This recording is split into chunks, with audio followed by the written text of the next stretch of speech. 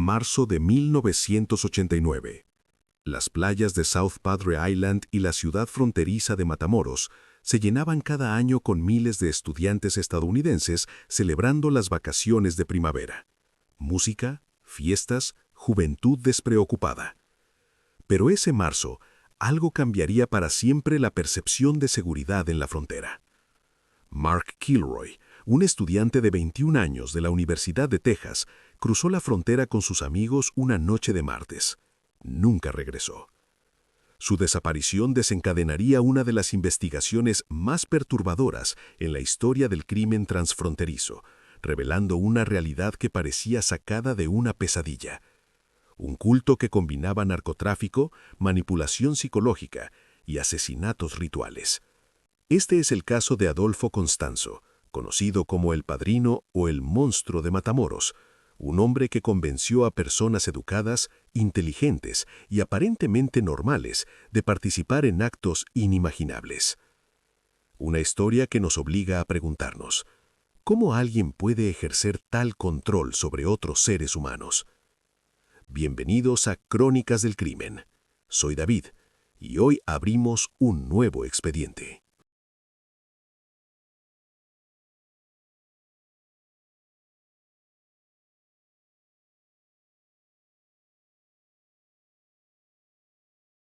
Para entender esta historia, debemos remontarnos a Miami, Florida, en 1962. Allí nació Adolfo de Jesús Constanzo, hijo de una madre cubana que practicaba la santería, una religión afrocubana que sincretiza creencias yoruba con elementos del catolicismo. Su padre murió antes de que naciera, y Adolfo creció en un ambiente donde lo espiritual y lo sobrenatural eran parte de la vida cotidiana. La santería es una práctica religiosa legítima, con millones de seguidores respetables en todo el mundo. Es importante establecer esto desde el principio. Lo que Adolfo Constanzo haría después no tiene nada que ver con la santería auténtica. Él tomaría elementos de esta tradición y del palo mayombe, otra religión afrocubana, y los distorsionaría hasta convertirlos en algo completamente oscuro. Desde joven, Constanzo demostró ser inteligente, carismático y profundamente manipulador. En la década de 1980 se mudó a Ciudad de México, donde comenzó a trabajar como modelo y paralelamente como practicante de rituales espirituales. Ofrecía limpias, lecturas de tarot y protección espiritual a una clientela cada vez más pudiente. México, en esos años, atravesaba una época de intensificación del narcotráfico. Los cárteles consolidaban su poder, y en ese mundo violento y supersticioso, muchos buscaban cualquier ventaja, incluso sobrenatural. Constanzo encontró su nicho. Prometía a narcotraficantes que sus rituales los harían invisibles ante la policía, que ninguna bala podría tocarlos, que tendrían protección divina para sus operaciones. Y cobraba fortunas por ello. En 1986, Adolfo Constanzo conoció a Sara María Aldrete Villarreal en Matamoros. Sara era todo lo que no esperarías encontrar en una historia como esta. Estudiante destacada de la Universidad Texas Southmost College en Brownsville, de clase media, inteligente, con un futuro prometedor. Quienes la conocían la describían como una joven normal, simpática, responsable. Pero Constanzo vio en ella algo más, tal vez vulnerabilidad, tal vez ambición.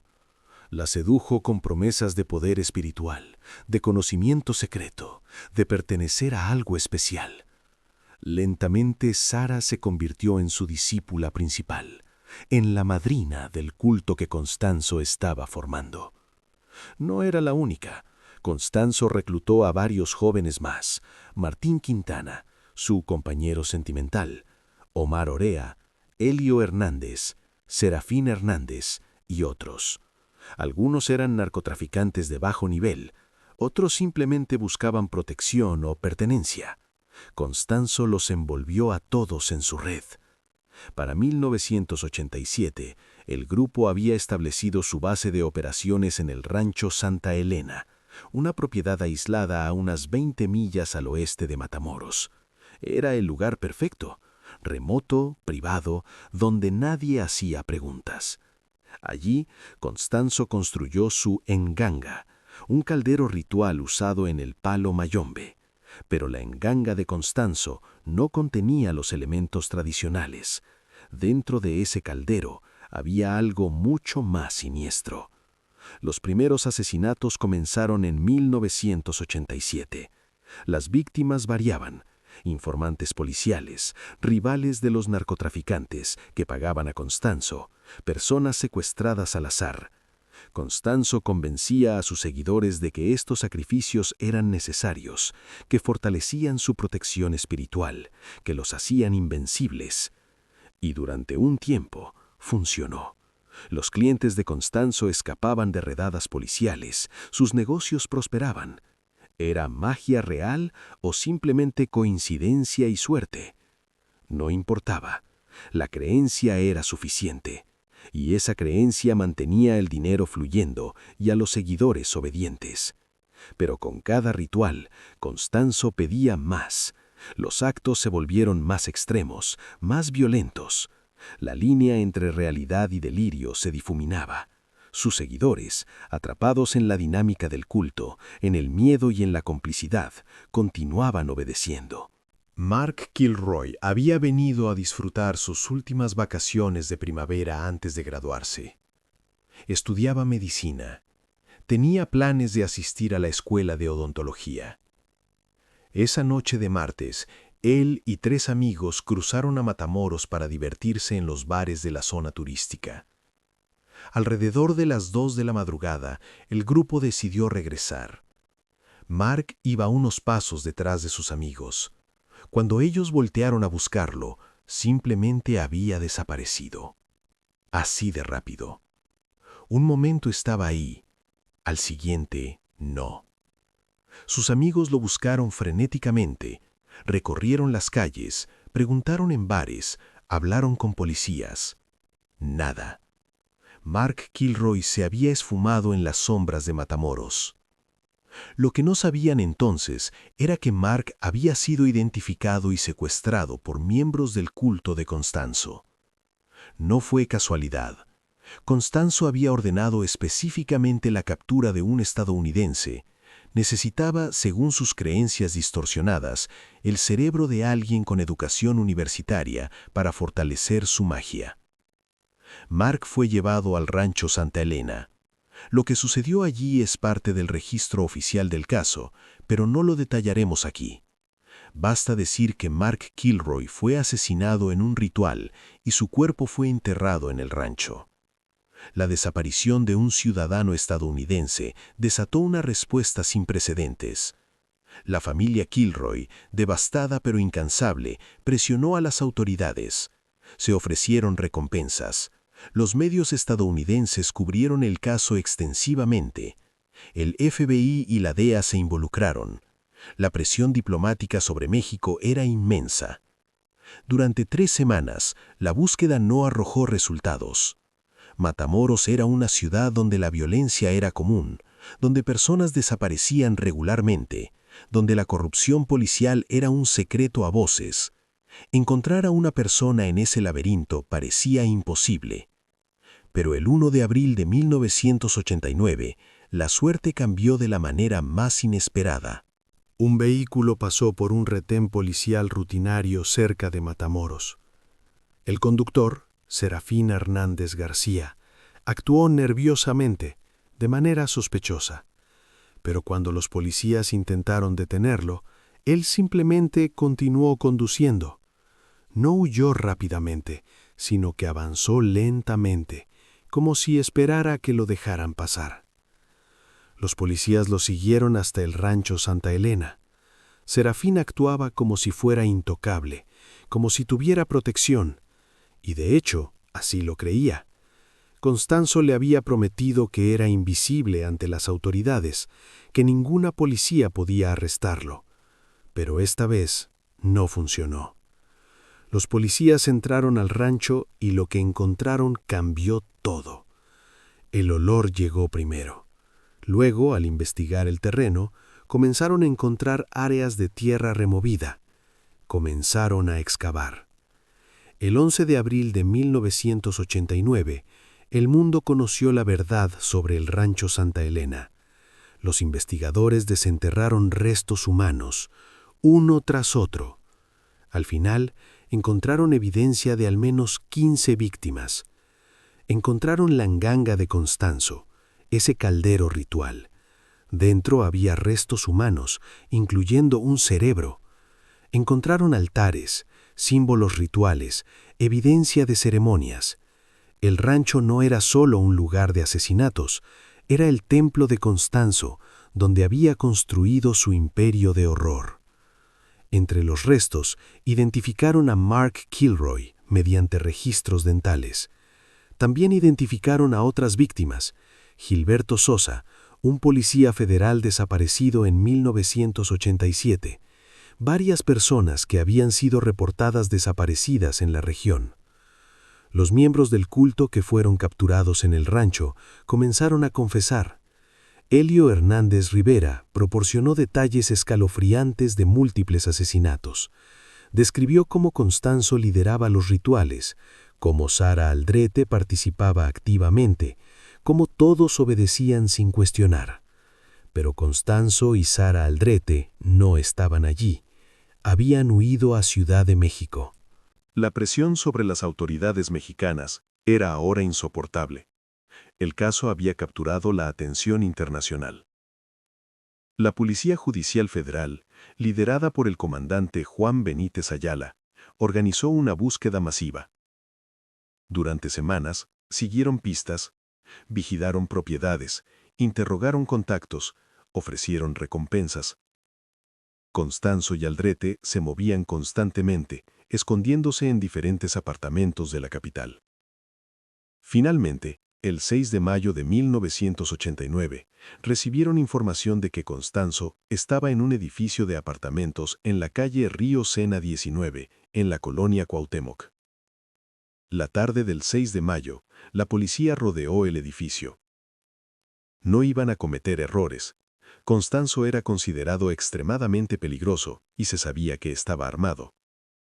Cuando los agentes se identificaron y exigieron la rendición, la respuesta fue una ráfaga de disparos. Constanzo y sus seguidores habían convertido el apartamento en una fortaleza improvisada. Durante horas hubo un intercambio de fuego. Dentro del apartamento, Constanzo sabía que todo había terminado. No había escape, no había magia que pudiera salvarlo ahora. En un acto final de control, tomó una decisión. Le ordenó a Martín Quintana, su compañero, que lo matara a él y a otro seguidor. Quintana, obediente hasta el final, disparó. Adolfo Constanzo murió instantáneamente. Tenía 26 años. Minutos después, Sara Aldrete y los sobrevivientes se rindieron. La pesadilla había terminado. La investigación en el rancho Santa Elena fue meticulosa pero desgarradora. Los forenses trabajaron durante días, documentando cada hallazgo, cada resto humano, cada pieza de evidencia. La nanga de Constanzo se convirtió en evidencia clave. Los análisis confirmaron la presencia de múltiples restos humanos, incluyendo el cerebro que resultó pertenecer a una de las víctimas. Los testimonios de los miembros capturados del culto proporcionaron una imagen clara de la jerarquía y operación del grupo. Constanzo era el líder absoluto, el padrino. Sara Aldrete era su segunda al mando, la madrina, responsable de reclutar víctimas y participar en rituales. Los demás tenían roles específicos. Algunos ejecutaban los secuestros, otros participaban en los asesinatos, otros manejaban las relaciones con clientes narcotraficantes. La investigación también reveló fallas sistémicas graves. ¿Cómo pudo Constanzo operar durante casi 2 años sin ser detectado? La respuesta era incómoda pero clara: corrupción policial. Varios miembros de la policía local habían recibido pagos de Constanzo y sus asociados narcotraficantes. Algunos habían hecho la vista gorda, Otros habían proporcionado información sobre operativos policiales, permitiendo que el grupo evitara capturas. Las primeras desapariciones no habían sido investigadas adecuadamente. En una zona donde la violencia era común, muchos casos simplemente se archivaban sin seguimiento serio. Solo la presión internacional por Mark Kilroy forzó una investigación exhaustiva. Sara María Aldrete enfrentó su juicio afirmando ser una víctima más de Constanzo, alegando que había sido manipulada, controlada, que tenía miedo de él. Pero la evidencia contaba otra historia. Testimonios de múltiples testigos la colocaban como participante activa en rituales. La describían dando órdenes, reclutando víctimas, actuando con autoridad. No era una víctima pasiva, era la segunda al mando. El juicio fue ampliamente seguido por los medios. La imagen de esta estudiante universitaria de apariencia normal contrastaba dramáticamente con los actos de los que era acusada. ¿Cómo era posible? En 1994, Sara Aldrete fue condenada a más de 60 años de prisión por múltiples cargos de homicidio calificado, secuestro y asociación delictuosa. Ha presentado múltiples apelaciones a lo largo de los años. Todas han sido negadas. Actualmente continúa cumpliendo su sentencia en una prisión mexicana. Los demás miembros capturados también enfrentaron juicios. Las sentencias variaron según su grado de participación. Helio Hernández Rivera, quien cooperó extensamente con las autoridades, recibió una sentencia reducida de aproximadamente 35 años. Omar Orea Ochoa y otros ejecutores directos fueron condenados a entre 50 y 67 años de prisión. Serafín Hernández García, cuyo error en el retén condujo al descubrimiento del rancho, también recibió una sentencia significativa. México no tiene pena de muerte. La sentencia máxima es de 60 años, aunque en casos con múltiples cargos, las penas pueden acumularse teóricamente. En la práctica, la mayoría de los condenados permanecerán encarcelados el resto de sus vidas. El proceso judicial cerró el caso legalmente, pero dejó preguntas persistentes. ¿Cuántas víctimas más hubo que nunca fueron encontradas? Testimonios sugieren que podría haber más cuerpos en ubicaciones desconocidas. ¿Qué narcotraficantes de alto nivel estaban involucrados como clientes? Algunos nombres circularon durante la investigación, pero nunca fueron procesados. ¿Qué autoridades corruptas facilitaron las operaciones de Constanzo? Algunos policías de bajo rango fueron removidos de sus puestos, pero nunca hubo una investigación profunda sobre corrupción en niveles superiores. La familia Kilroy transformó su tragedia en acción. Establecieron la Fundación Mark Kilroy, dedicada a educar a jóvenes sobre seguridad al viajar y a apoyar a familias de personas desaparecidas. Su trabajo incansable ayudó a mejorar protocolos de respuesta a desapariciones en la frontera. Mark nunca pudo cumplir su sueño de convertirse en dentista, de formar una familia, de vivir la vida que tenía por delante. Tenía 21 años. Su muerte y las de las otras 14 víctimas confirmadas no pueden deshacerse, pero su memoria ha impulsado cambios que han salvado otras vidas. Este caso tuvo un efecto desafortunado en la percepción pública de las religiones afrocubanas. Practicantes legítimos de santería y palo mayombe se vieron forzados a defenderse, a explicar que lo que hizo Constanzo no tenía nada que ver con sus tradiciones auténticas. Es crucial entender esto. Constanzo no era un practicante religioso que se radicalizó. Era un psicópata manipulador que utilizó elementos religiosos como herramienta de control. La diferencia es fundamental. Cualquier sistema de creencias puede ser distorsionado por personas con intenciones oscuras. La historia está llena de ejemplos de individuos que han usado el cristianismo, el islam, el hinduismo o cualquier otra fe para justificar violencia. Esto no refleja las religiones mismas, sino la capacidad humana para corromper lo sagrado. El caso de Constanzo nos enseña lecciones importantes sobre cómo funcionan los cultos y la manipulación psicológica. Primero, cualquiera puede ser vulnerable. Sara Aldrete Era inteligente, educada, tenía una vida estable. No encajaba en el estereotipo de víctima de culto. Pero Constanzo identificó en ella una apertura, tal vez un deseo de pertenencia o poder, y la explotó. Segundo, la manipulación es gradual. Nadie empieza pidiendo que participes en asesinatos. Comienza con pequeñas transgresiones, con rituales inofensivos, con secretos compartidos que te hacen sentir especial. Para cuando te das cuenta de la profundidad de tu involucramiento, ya es muy tarde. Tercero, el aislamiento es clave. Los cultos separan a sus miembros de influencias externas, de familia, de amigos que podrían cuestionar. En el mundo cerrado del culto, solo existe la realidad que el líder define. Cuarto, la complicidad ata más fuerte que cualquier cadena. Una vez que participas en actos criminales, huir significa enfrentar consecuencias legales. El culto se convierte en tu única realidad posible. El caso forzó mejoras en la cooperación transfronteriza entre México y Estados Unidos. Los protocolos para casos de desapariciones se fortalecieron.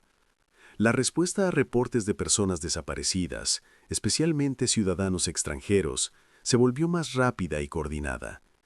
También generó mayor conciencia sobre la necesidad de combatir la corrupción policial. Aunque los avances han sido lentos y el problema persiste, el caso Constanzo demostró dramáticamente cómo la corrupción no solo permite el crimen, sino que mata. Al final nos enfrentamos a la pregunta más difícil. ¿Cómo pudo Adolfo Constanzo convencer a personas inteligentes y capaces de participar en actos tan atroces? La respuesta es compleja. Involucra psicología de cultos, dinámica de poder, miedo, codicia, necesidad de pertenencia y la aterradora realidad de que los seres humanos, bajo ciertas circunstancias, son capaces de normalizar casi cualquier horror. Constanzo era un manipulador maestro, pero sus seguidores no eran robots sin voluntad. En algún momento, cada uno de ellos tomó decisiones.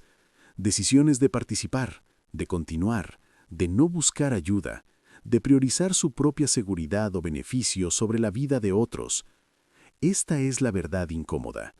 El mal de esta magnitud raramente es obra de una sola persona. Requiere complicidad, silencio, acción colectiva.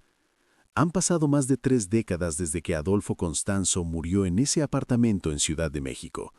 Sara Aldrete y otros miembros de su culto continúan en prisión. Las familias de las víctimas continúan viviendo con un vacío que nunca podrá llenarse. Este caso nos recuerda que el horror real no necesita elementos sobrenaturales, no necesita magia oscura ni poderes místicos. El verdadero horror reside en la capacidad humana para la crueldad, para la manipulación, para convencernos a nosotros mismos de que lo imperdonable es justificable. Pero también nos recuerda algo más, que la verdad eventualmente emerge, que la justicia, aunque imperfecta y tardía, puede alcanzarse, que personas ordinarias, como la familia Kilroy, pueden convertir tragedia en legado, dolor en propósito. Adolfo Constanzo creía que sus rituales lo hacían invencible, invisible, poderoso. Al final, murió acorralado, su imperio desmoronado, su magia demostrada como la ilusión que siempre fue. Las víctimas de Constanzo merecen ser recordadas no como estadísticas en un caso de crimen, sino como personas con nombres, historias, familias que los amaban. Mark Kilroy, Gilberto Sosa y los muchos otros cuyos nombres quizás nunca conoceremos. Su memoria nos desafía a permanecer vigilantes, a cuestionar autoridad cuando es necesario, a no permanecer en silencio ante injusticias y a recordar que nuestra humanidad compartida es más fuerte que cualquier oscuridad que intentemos justificar. Gracias por escuchar esta historia real. Soy David, y hasta que abramos un nuevo expediente, cuídense mucho.